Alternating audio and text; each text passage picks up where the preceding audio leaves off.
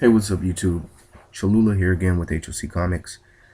Just wanted to do this little tribute to the late great Darwyn Cooke. Darwyn Cooke was a Canadian-born comic book artist and cartoonist. He's probably best known for his works on Catwoman, DC: The New Frontier, The Spirit, and Richard Stark's Parker, the Hunter. All really cool books. I unfortunately don't have them, but what I'm lucky enough to have is a few, about a year or two back, DC started a themed variants month, and I was lucky enough to pick up every single copy of Darwyn Cooke's variants. So he worked on I think it was 23 books total across a bunch of titles for DC. So just as my little tribute and homage to him, I wanted to show those off. Really hope you guys like them. Something that always stands out to me about his artwork is that it's always, even if it's a dark tone or like a darker book like a Batman or Justice League Dark, or it's always got like a really light and fun tone to it. It's a throwback to the whole Golden Age era, and I'll say this a couple of times in the video. No matter what he draws, it just always like gives you a sense of, no matter what's going on in the art on the cover, whatever's going on, you always feel like everything is going to be all right. And yeah, so I'm just going to show them to you guys now and hope you like it. So this is the first of my Darwyn Cooke covers. It's Action Comics number 37. We got Superman saving a young man who's riding a bike across the train tracks. Really cool cover. Like I was saying about his arts, it's always like reminds me of that Golden Age stuff, but it's like super heroic, super altruistic looking, but it's happy looking, you know. Here's Aquaman number 37 with him and Mara.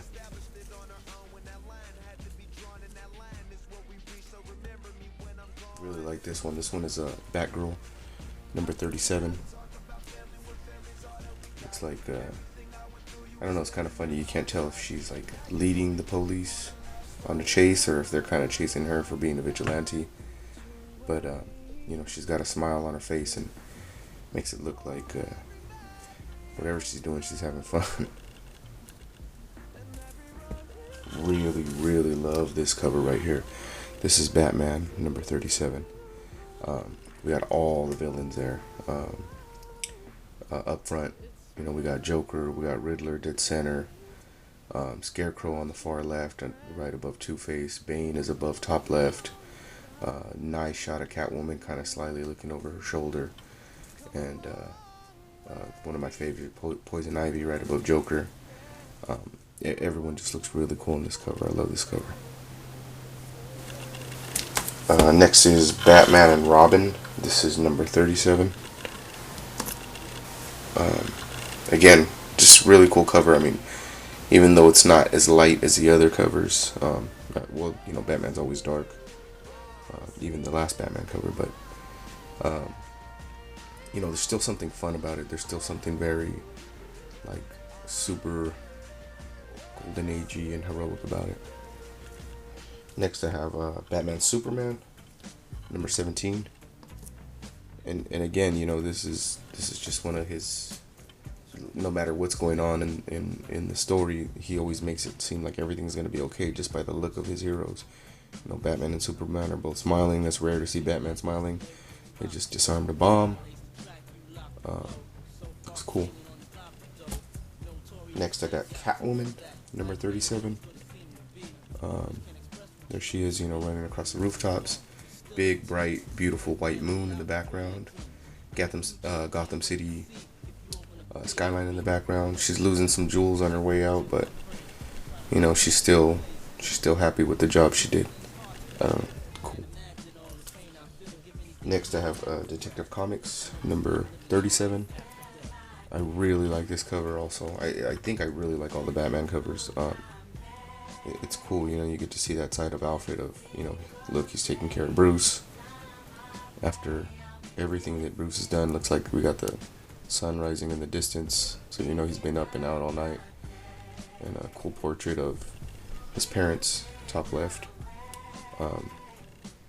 Really cool cover he did. Flash, number 37. Another awesome cover.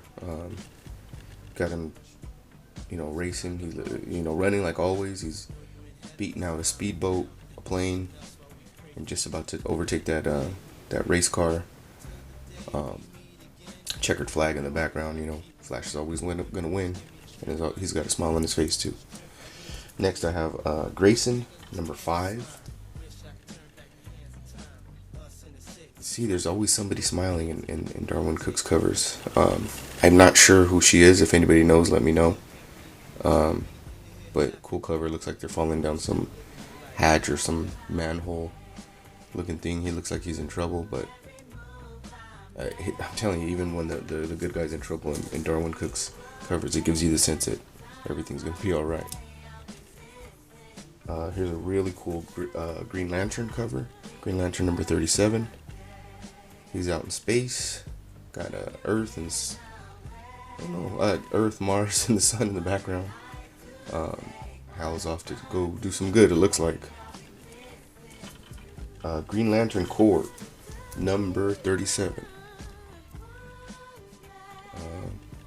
Awesome cover. Everybody's up front, up front and center.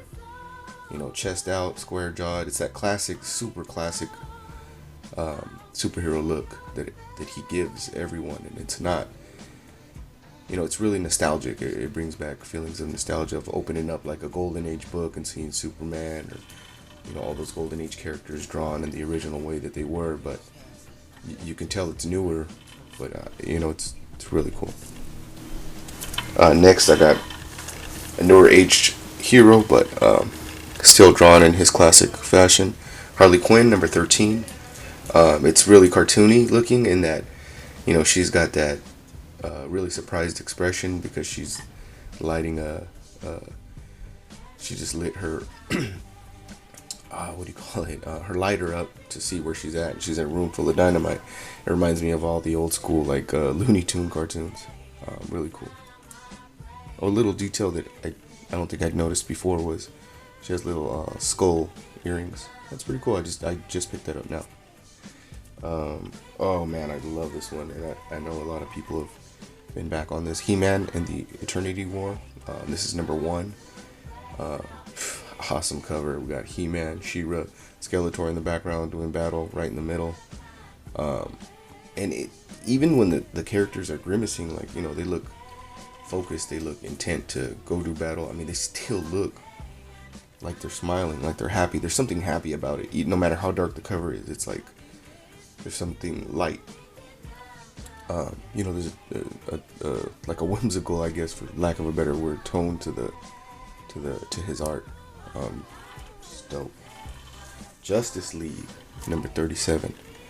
Another awesome cover. I mean, all of these are awesome, but I don't think I can stop saying it. They just are. Wonder Woman looks awesome. She's like my favorite one. Her and Cyborg are my 2 favorite ones on this particular cover. Just the looks on their faces is so cool. Next, I have Justice League Dark, number 37. This is a dark cover. Justice League Dark. The moon and the stars look really cool in the sky. We got the huge Easter Island heads, and Justice League Dark is back here. It's kind of hard to see. I don't know if I can bring this closer, but yeah, this is a really cool piece of art here. Next, I have Justice League United. Again, kind of in that same fashion of Justice League.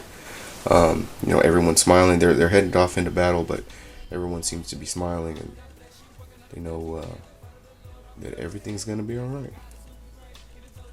Next, I have Sinestro, number 8.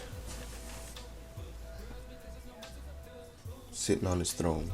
Looks cool. Next, I have Supergirl, number 37.